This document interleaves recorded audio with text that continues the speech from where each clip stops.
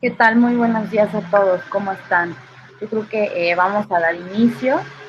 Eh, que los autores que tuvieron algunos temas con la liga se vayan conectando progresivamente para ya empezar, ya que ya vamos un poco tarde. Entonces, bueno, el día de hoy nuestra directora legal y fiscal Flor Oseguera, la doctora Flor, nos hizo favor de conseguirnos esta excelente plática de la Notaría 183 del Estado de México, y la plática se titulará Deducibles viables en el cálculo del ISR. Ok, entonces le quiero agradecer mucho a la doctora Flor por habernos conseguido esta plática. Vamos a estar teniendo este tipo de pláticas cada 15 días y le doy la palabra al licenciado que nos va a dar esta plática. Buenos días a todos, soy el licenciado Heinz Hemmer, trabajo en la Notaría 183 del Estado de México y el tema que me pidieron sobre el cual hablar el día de hoy es deducibles en el cálculo del impuesto sobre la renta. Antes de eso, pues hay que ver el tema general del impuesto. Es un impuesto de carácter federal, está regulado en la Ley del Impuesto sobre la Renta, en el reglamento de la Ley del Impuesto sobre la Renta, y existen disposiciones al respecto en la miscelánea fiscal correspondiente a este año. Bueno, la Ley del Impuesto sobre la Renta tiene 4 títulos. El título que más nos importa es el título cuarto, que habla acerca de las personas físicas. El notario tiene la obligación, cuando ante él se otorga una escritura en la cual se causa el impuesto sobre la renta, calcular, retener y enterar. En el único caso en que el notario es obligado es en el caso de personas físicas. En caso de personas morales o personas morales con fines no lucrativos, el notario no está obligado a cálculo, retención y entero de dicho impuesto. También es importante señalar que el notario es obligado, solidario en el pago de impuestos. ¿Esto qué es? Si no lo paga el cliente, el notario lo tendría que pagar. O si el notario realiza un mal cálculo del mismo, el notario tendría que cubrir la diferencia del cálculo. Para efectos, la ley del impuesto sobre la renta lo que grava es la ganancia que uno obtiene por la venta de un bien inmueble de su propiedad. ¿Qué es la ganancia o cómo se define la ganancia? Es el beneficio que uno obtiene por el paso del tiempo. El artículo primero de la ley del impuesto sobre la renta nos dice quiénes son los obligados al pago, y tiene 3 fracciones: los residentes en México, los residentes en el extranjero que tienen un establecimiento permanente, y los residentes en el extranjero que su fuente de ingresos proviene de un bien que está ubicado dentro del territorio. Asimismo, el artículo 90, ya dentro del título cuarto, nos dice quiénes están obligados al pago del impuesto sobre la renta. En la fracción dentro de esto también establece los ingresos obtenidos derivados de préstamos, premios y donativos que sean superiores a 600,000 pesos. El artículo 93 de la Ley del Impuesto sobre la Renta establece los supuestos de exención de dicho impuesto. En la fracción 19 habla acerca de los derivados de enajenación de bienes inmuebles, que es lo que a nos interesa. Y la primera fracción habla acerca de la casa habitación. En la mayoría de las operaciones que ustedes como corredores inmobiliarios o llevan, es una venta de una casa habitación. No por el hecho de que el inmueble sea destinado a casa habitación, la parte vendedora tiene derecho a la exención del mismo, tiene que acreditar ciertos requisitos. El primero de estos requisitos es que en los 3 años anteriores a la fecha de celebración o de firma de esta escritura no haya sido sujeto de dicha exención. El segundo requisito que debe de cumplir es que el inmueble no tenga un valor superior a 700,000 UDIs. La UDI es una unidad de inversión. Día con día el Banco de México va publicando el valor que tiene la UDI. Al día de hoy es de 6.51 pesos por cada UDI, lo que da un aproximado de 4,5 millones de pesos. Hasta ese monto se exentaría en un 100% el pago del impuesto sobre la renta, siempre y cuando acredite los demás supuestos, siendo el primero que no haya exentado. O el siguiente es que si el inmueble excede de 700,000 UDIs, se le exenta por la parte proporcional, 4,5 millones, y sobre el excedente se le calcula el impuesto. Y también hay otro supuesto, que la superficie del terreno no exceda de 3 veces la superficie de las construcciones. Si exceden más de 3 veces, se calcula sobre la diferencia y se paga impuesto. También existe una obligación para el notario para poder verificar si la persona ha sido sujeta o no de exención en 3 años anteriores. En el portal del SAT, año con año, existe un medio para poder realizar esta verificación. Lamentablemente, dicha página o dicha función dentro del portal del SAT nunca ha funcionado. Año con año lo publican en el Código Fiscal Federal y año con año, al mes y medio, publican que no es necesario realizar la búsqueda derivado que el portal no está funcionando.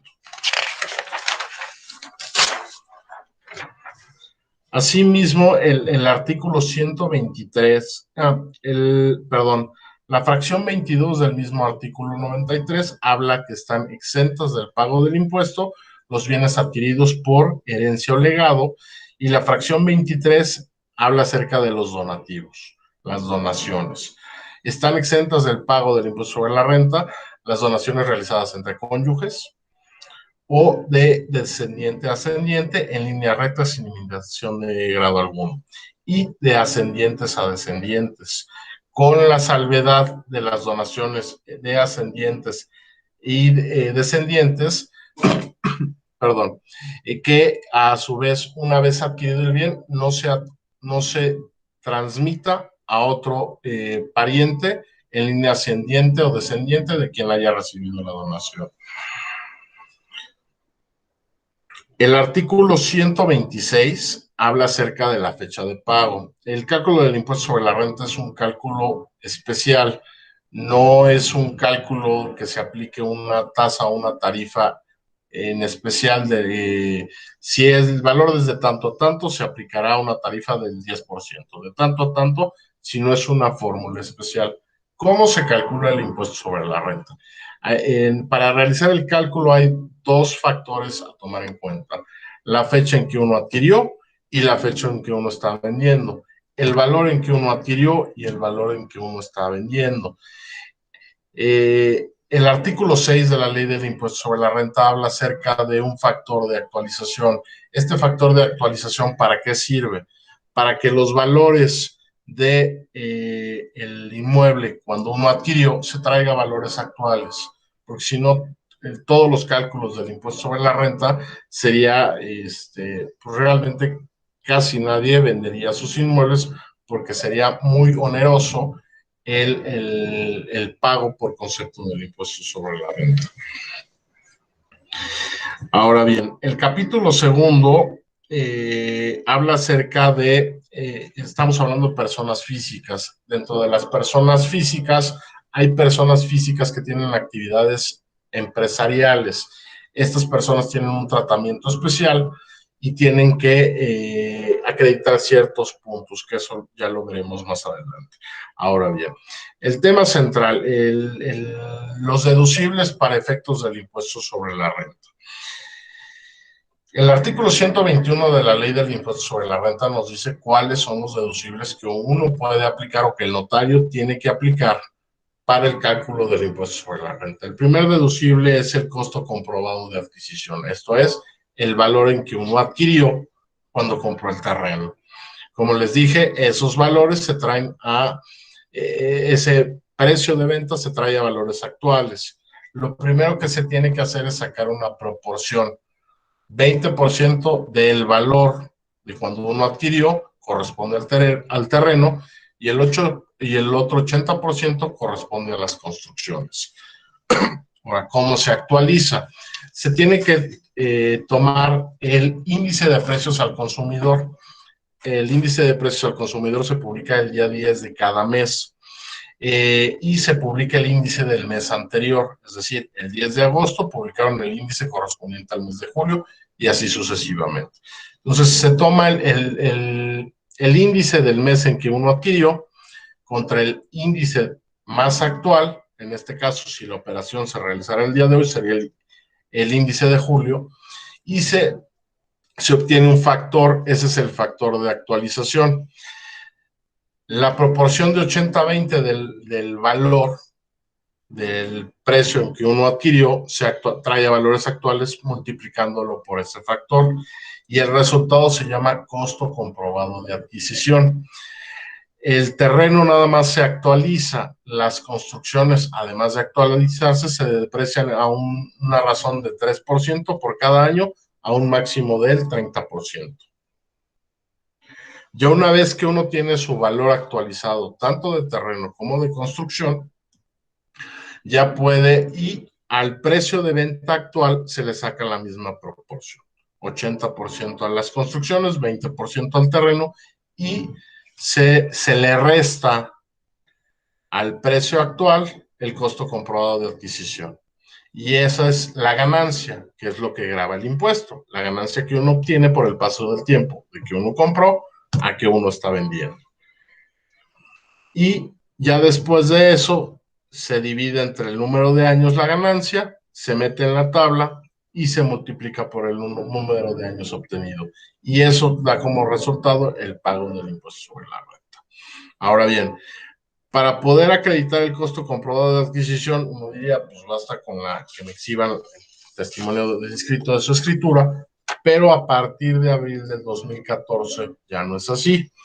Si ustedes les exhibe la parte vendedora un título de propiedad de fecha posterior a abril del 2014, además de la escritura le van a tener que pedir una cosa que se llama CFDI con complemento. ¿Qué es este CFDI con complemento? Es una adición que se hace a la factura electrónica en la cual el notario asienta los datos de la escritura, número de escritura, la fecha de escritura, sus datos, el nombre del comprador con su RFC y su CURP, el nombre del vendedor con su RFC y su CURP y los datos del inmueble. El notario tiene la obligación de expedir este CFDI cuando quien vende es persona física. Si el vendedor fuera una persona moral, si el vendedor fuera un fideicomiso, corresponde a la persona moral o al fiduciario expedir dichos comprobantes. Muchas veces me ha tocado que por desconocimiento llegan aquí con el expediente y no tienen su CFDI. Si no tuvieran el CFDI con el complemento, automáticamente su costo comprobado de adquisición se vuelve cero, lo cual encarecería la operación. Es muy importante que cuando firmen una operación y el vendedor sea persona física, el notario extienda este CFDI con complemento para que el día de mañana, cuando esa persona venda, pueda acreditar su costo comprobado de adquisición. El segundo deducible que se puede aplicar es que acredite que es su casa habitación y con qué se acredita. De acuerdo al reglamento de la ley del impuesto sobre la renta, en el artículo 115 te dice cuáles son los deducibles que son aceptados. El primero es la credencial para votar. El segundo es recibos del uso teléfono, nada más que a diferencia de años anteriores, ya tiene que ser el CFDI, es decir, tiene que tener una cadena y un sello digital, además del comprobante de pago. En recibos de luz y de teléfono se pide por lo menos 6 meses. ¿Por qué 6 meses? porque con ese tiempo, de acuerdo a lo establecido en el Código Civil, se establece que una persona reside de forma habitual en un inmueble transcurridos 6 meses. El siguiente comprobante con el cual pueden acreditar que es su casa habitación son estados de cuenta bancarios, tarjetas de crédito o emitidos por casas comerciales.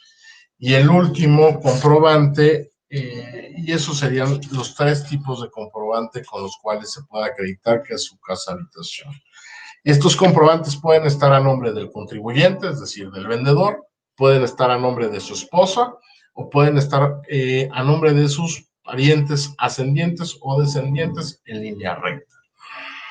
Que el recibo del gas, ya no funciona el gas. Que el agua, ya no funciona el agua. Únicamente son estos recibos. ¿Por qué? Porque las leyes fiscales son de aplicación estricta.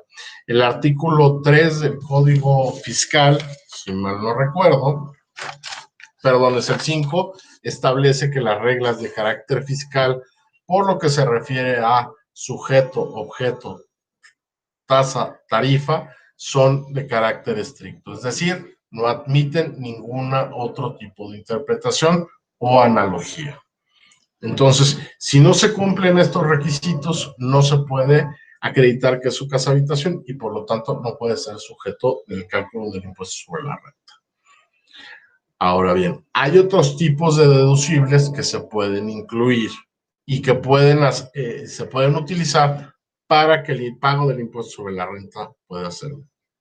El primero de ellos son los gastos notariales, incluyendo dentro de estos el pago de impuestos, derechos y erogaciones. Entonces, siempre es importante que cuando uno escriture, le entreguen a uno su factura. ¿Por qué? Porque cuando vende, eso lo puede deducir.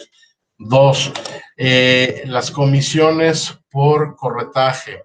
Si ustedes le extienden un recibo de honorarios a la persona que está vendiendo, ese recibo de honorarios es deducible para efectos del cálculo del impuesto sobre la renta en un 100%.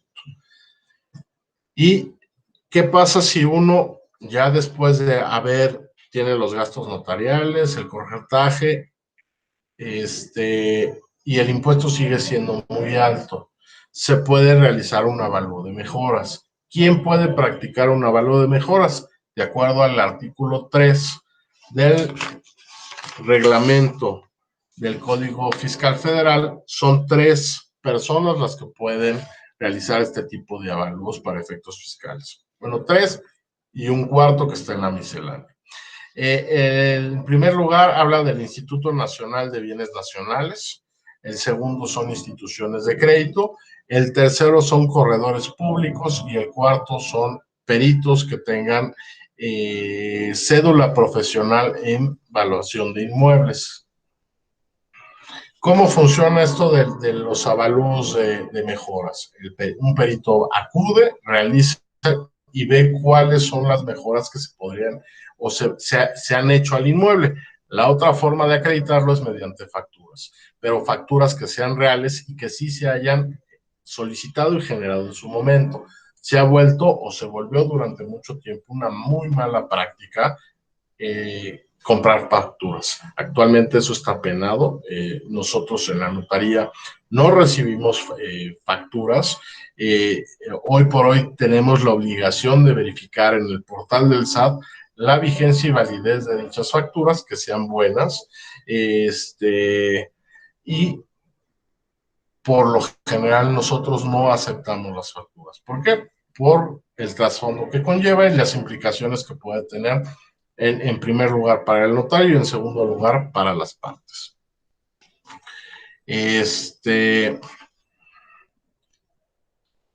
Ahora bien, dentro de las personas físicas, hay personas físicas que son mexicanos, hay personas físicas que son extranjeros, pero residen en México, y hay personas físicas que son extranjeros y que están de mero paso o que adquirieron el inmueble como una inversión. El tratamiento para efectos del cálculo del impuesto sobre la renta, tanto de personas residentes en México como extranjeros residentes en México, es el mismo. Es decir, Pueden acreditar que es su casa habitación, pueden incluir deducibles en el cálculo, pueden incluir otros gastos como comisiones, corretajes, inclusive el avalúo de mejoras. ¿Qué pasa con personas físicas que no son residentes en México? En este caso, la ley es muy clara. El artículo 160 de la ley habla acerca de los extranjeros para cuando enajenen un bien inmueble. En estos casos, ellos no tienen derecho a incluir ningún deducible en el cálculo del impuesto y se les aplica sobre la ganancia o sobre el precio total de la venta el 25% directo. Y así hay también el artículo 171 te habla acerca de aquellas personas, de aquellos residentes en el extranjero que tienen un régimen preferente. ¿Qué es esto? Que los conocidos como paraísos fiscales. Ahí la ley dice que es el 40% sobre el precio de venta sin ninguna deducción. ¿Cómo pueden saber si una persona que está vendiendo es residente en el extranjero en un paraíso fiscal? El SAT publica año con año aquellos países que son considerados paraísos fiscales, les llama régimen preferente, y en esos casos pues nada más es el 40% sobre el precio total de la venta. Supongamos que les llega una operación en el cual el precio de venta es 10 millones de pesos, el vendedor reside en Mónaco y automáticamente el fisco le va a quitar o el notario le va a retener 4 millones de pesos. No sé si hasta el momento tengan alguna duda, algún comentario o quieren que dejemos una sesión de preguntas y respuestas hasta el final.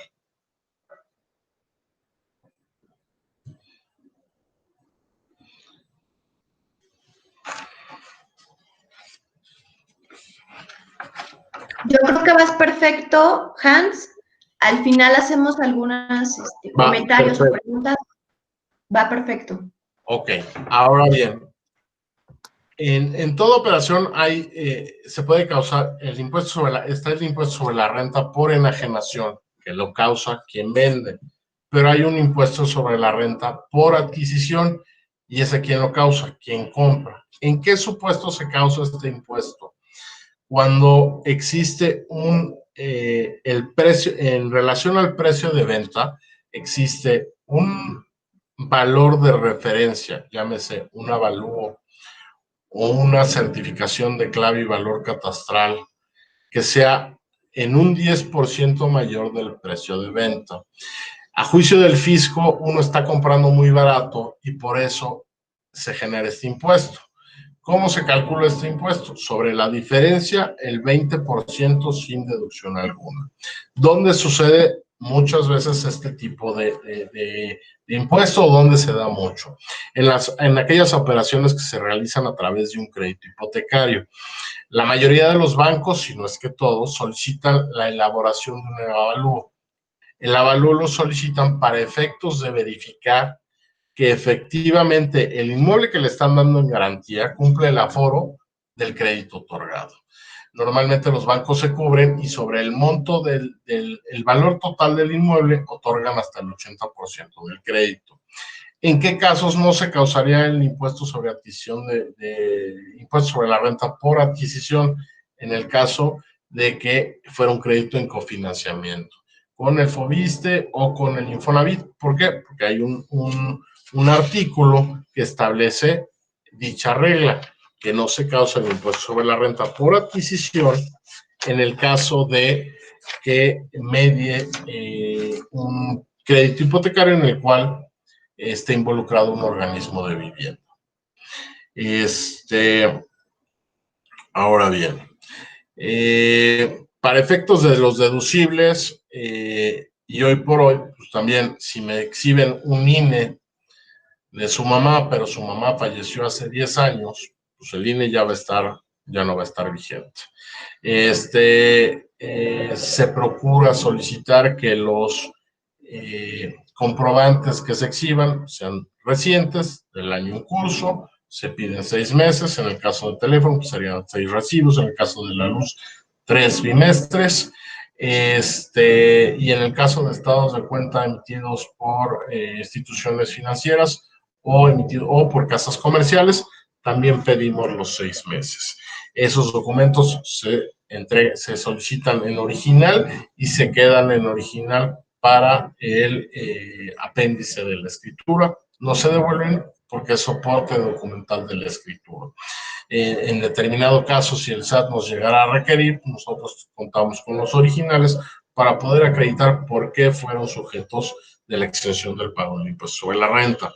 Ahora bien, ya firmé, exenté el pago del impuesto sobre la renta. ¿Qué sigue? El notario tiene la obligación de mandar una declaración informativa al SAT, en donde dice que quién compró, quién vendió, cuál fue el precio y si dicha persona fue sujeta o no de la exención del pago del impuesto sobre la renta. La exención está sujeta a que en su declaración anual de ese ejercicio declaren que obtuvieron esos ingresos, que dichos ingresos estuvieron exentos porque acreditaron que era su casa habitación. ¿Qué pasa si no lo declaran? El SAT les puede requerir el pago. ¿Por qué? Porque la exención estaba sujeta a que dicha exención fuera declarada. Percibí estos ingresos, estuvieron exentos por el pago del impuesto, por acreditar que es mi casa habitación y te lo estoy declarando, SAT. Entonces, siempre es importante, yo siempre se lo digo a los clientes, que lo declaren, que si no tienen un contador, contraten un contador por el siguiente año y les realice su declaración para que ya estén con la conciencia tranquila que el día de mañana el SAT no va a llegar y les va a requerir, oye, a mí el notario me avisó que exentaste y tú ¿por qué no lo declaraste? Entonces es muy importante, mucha gente por desconocimiento o porque cree que el SAT no tiene la facultad de fiscalización, nunca lo declara. Son pocas personas las que declaran que exentaron el pago del impuesto sobre la renta. En 20 años que tengo de experiencia trabajando en notaría, nunca me ha llamado un cliente para decirme, oye, no declaré y me requirió el SAT, ¿qué puedo hacer? No sabría decirle porque no es un supuesto en el cual yo haya tenido experiencia, pero eso es lo que dice la ley y hay que acatarse la ley. Otra obligación que tiene el notario respecto al impuesto sobre la renta es que tiene que informarle al cliente cuál fue la metodología que utilizó para el cálculo, de los deducibles que le exhibió, cuáles sí se aplicaron y cuáles no. Y tiene que entregarle por escrito el cálculo realizado en el cual incluye el importe a pagar del impuesto. Todo esto es en términos del artículo 126 y la regla 3.15.5 de la resolución miscelánea fiscal para este año. ¿Cuándo se paga el impuesto? El impuesto, de acuerdo a la ley, de acuerdo al artículo 126 de la ley del impuesto sobre la renta, se paga 15 días después, 15 días hábiles después de la fecha de firma, aproximadamente 3 semanas. Aquí, por regla general, en la oficina se paga, se firma la escritura y a más tardar dentro de los 3 días siguientes se están pagando impuestos locales y federales. ¿Por qué? Porque una vez pagados los impuestos, también se tiene la obligación de mandar la información, la declaración informativa al SAT dentro del mismo periodo de tiempo. Entonces, si yo pago el día 15, pues el mismo día 15 ando con la presión de que tengo que mandar la información. Ahora bien, en el caso de personas físicas con actividades empresariales, tiene un tratamiento parecido a una persona moral. El notario no tiene obligación de calcular, ni de retener, ni de enterar, como dije anteriormente. Pero, ¿qué es lo que tiene que acreditar ante el notario? Tiene que acreditar 3 cosas. Uno, que está dado de alta con ese régimen. ¿Cómo se acredita? Con su constancia de situación fiscal de este año, en el cual aparezca que tenga el régimen de persona física con actividad empresarial. 2, que aparezca activo. El segundo punto sería que declare que el inmueble pertenece a su activo fijo. Y el tercero es que acredite que tributa conforme a ese régimen. ¿Cómo lo acredita? Con sus 3 últimas declaraciones mensuales y su última declaración anual. ¿Qué pasa si cumple el requisito 1 de que tiene estado de alta? El requisito 2 es una mera declaración. Todas las declaraciones ante notario son bajo protesta de decir verdad. ¿Y qué pasa si me dice, pues ya lo declaré, tengo mi constancia, pero no tributo conforme a este régimen? Entonces no podría ser sujeto. Nada más tiene estado de alta, declaró que el inmueble forma parte de su activo fijo, pero no tiene el comprobante de que mes con mes declara como persona física con actividad empresarial, y si no tiene la mensual, lo más seguro es que no tenga su declaración anual. En dicho caso, se le calcularía como persona física normal. Podría incluir deducibles, se le actualiza el costo comprobado de adquisición y así se haría el cálculo.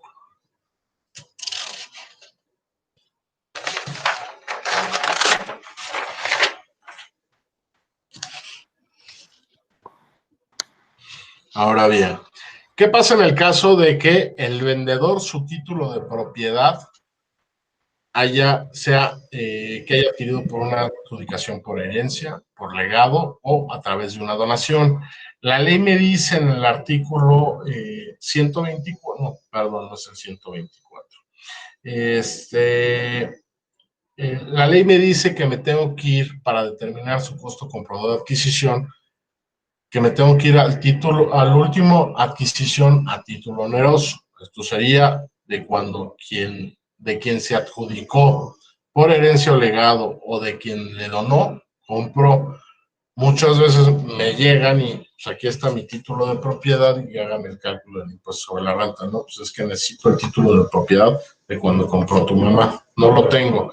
O necesito el título donde compró tu abuelo, no lo tengo.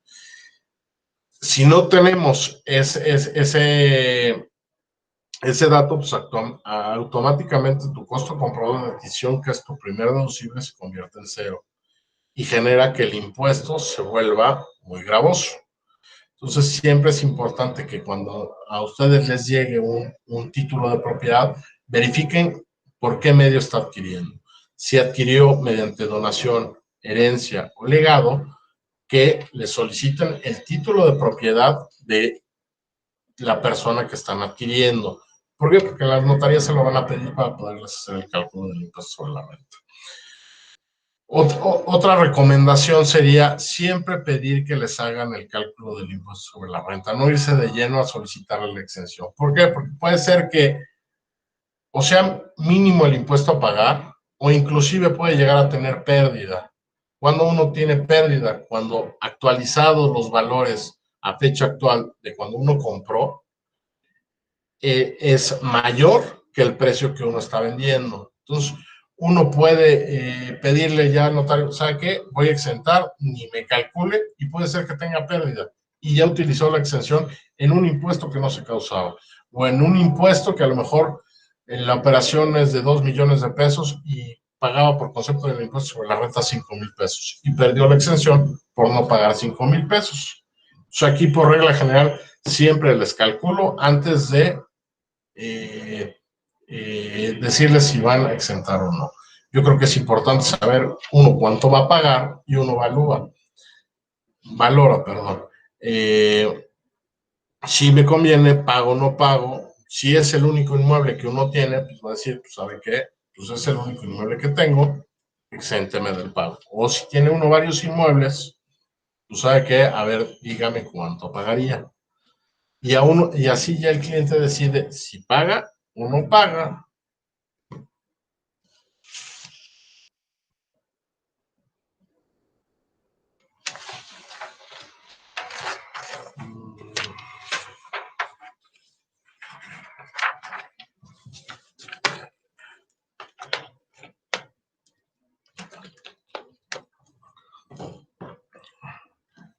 También otra recomendación, y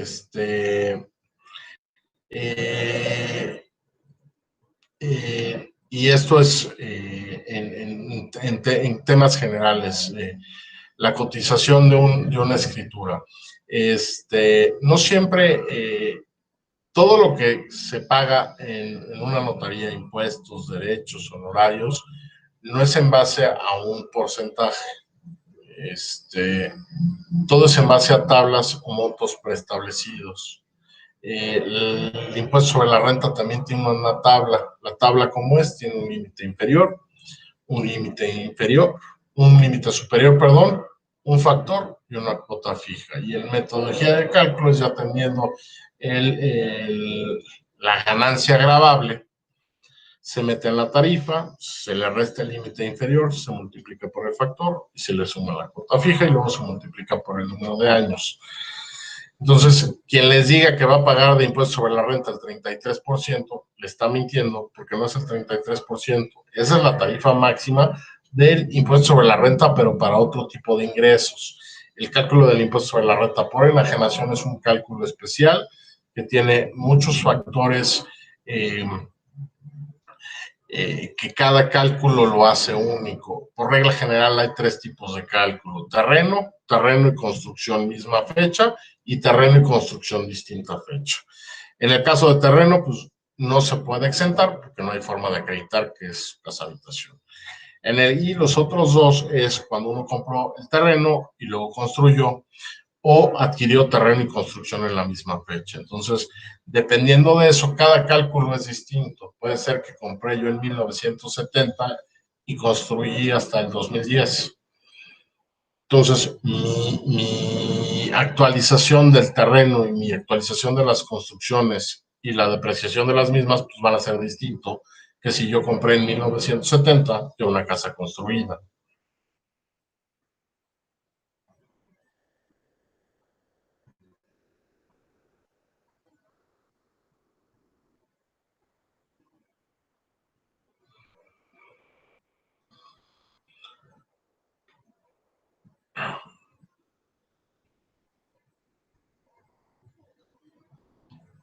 Y pues creo que eso sería lo más relevante en cuanto al tema del impuesto sobre la renta, los deducibles, su metodología de cálculo y unas recomendaciones prácticas. No sé si quieran empezar con la ronda de preguntas y respuestas.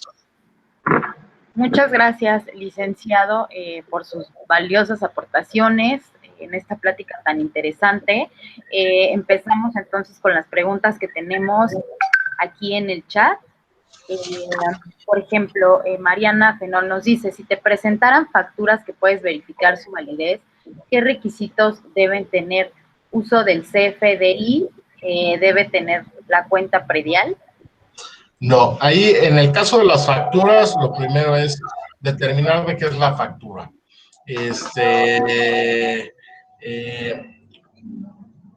¿Por qué? Porque dentro de lo que se puede acreditar son mejoras realizadas tanto terreno como construcciones. Si es un terreno, pues lo único que se puede acreditar es que pues, lo aplanaron en movimiento de tierra. Tiene que ser estar respaldado el contenido de la factura con la naturaleza del inmueble. Lo primero que verifico es que esté a nombre de quien esté vendiendo, que contenga su RFC, realizo la búsqueda en el portal del SAT y que efectivamente haya sido realizada en el inmueble, es decir, mejoras realizadas, aplanamiento de tierra en el inmueble, en el lote de terreno tal, ubicado tal, y que me coincida con lo que viene en la escritura. Eso sería lo que yo pediría para el tema de las facturas. Que sea congruente el contenido de la misma con la escritura y que esté a nombre de quien debe estar, es decir, del vendedor. Oye, me gustaría por favor que les dije qué tipo de conceptos gasto son deducibles para que ellos soliciten factura, que es las preguntas que nos hacía Mariana. Yo ya fui contestando algunas en el chat. Hans, si nos puedes apoyar, porfa. Ya vi dónde está el chat. No lo había visto. ¿Qué conceptos? Porque recuerdas que no todo es deducible.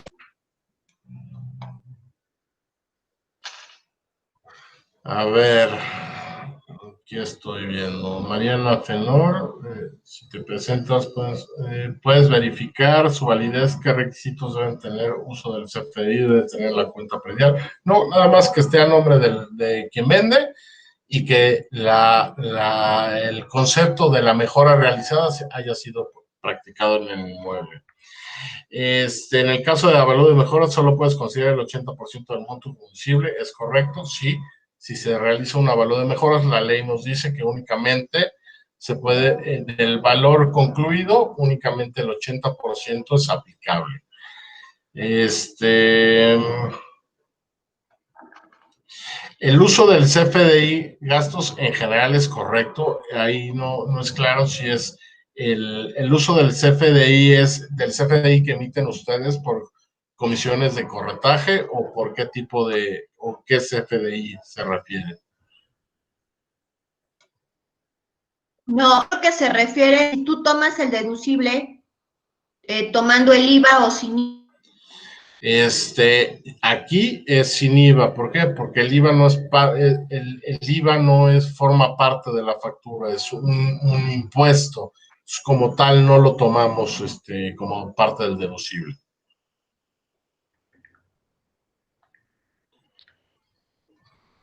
¿Quiénes están autorizados para hacer el avalúo de mejoras? Hans, En términos del artículo 3 del reglamento del Código Fiscal, es el INDAVI, instituciones de crédito, corredores públicos y en términos de la miscelánea, peritos valuadores que tengan, se me fue la palabra, especialidad en evaluación de inmuebles. Esos serían quienes pueden, esos serían las 4 personas que están autorizadas o autoridades que están autorizadas para realizar avalúos. Luego preguntan, si se trata de un extranjero que ya no está viviendo en México, ¿cómo se calcula el impuesto para él? Allí habría que determinar al ser residente en el extranjero, el país de residencia si tiene un régimen preferente o no. De entrada es el 25% sobre el precio de venta sin deducciones, y si su lugar de residencia es un régimen preferente, el 40% sin deducción sobre el precio de venta.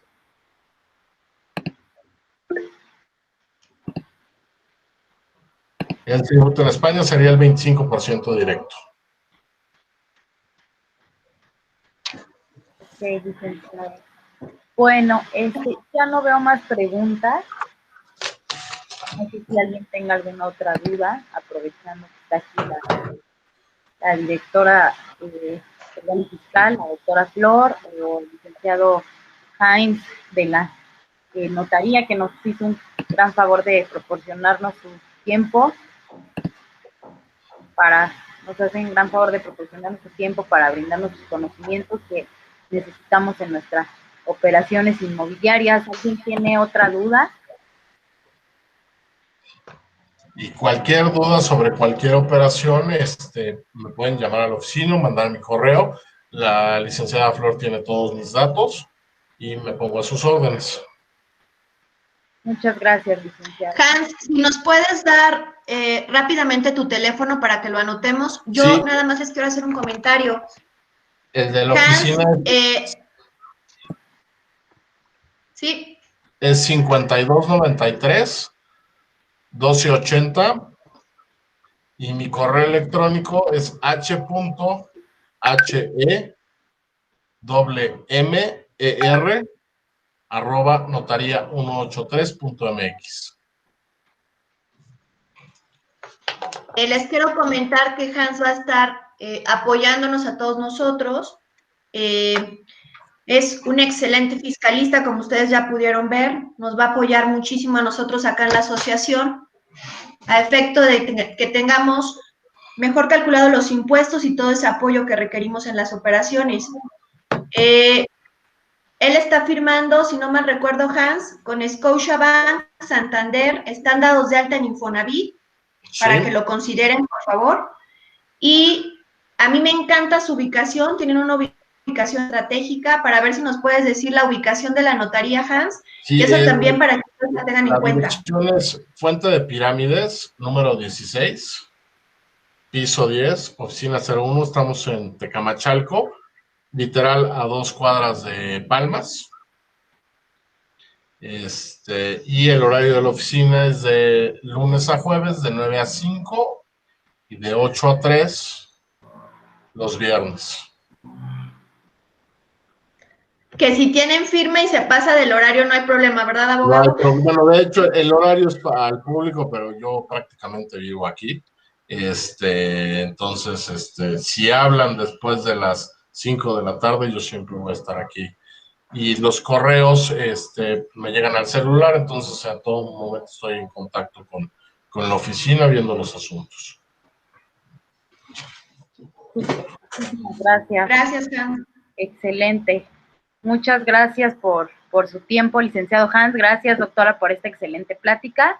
Tenemos también algunas que ya vienen, ya lanzamos el calendario, se los vamos a estar pasando mediante los grupos de UPIM. Ahí están las pláticas que la doctora nos está haciendo favor de conseguir, pláticas notariales, entonces estén al pendiente de los grupos de UPIM porque ahí vamos a estar poniendo toda la información mediante correo electrónico también a los afiliados, entonces esténse muy al pendiente. Nuestro equipo directivo, como ven, es equipo súper preparado, que está muy comprometido con nosotros y con todos ustedes también. Muchísimas gracias, doctora, muchísimas gracias, licenciado Hans.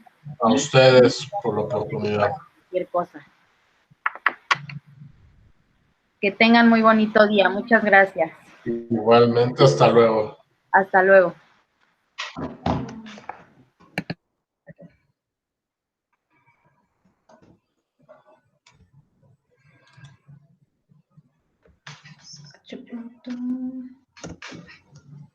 Punto.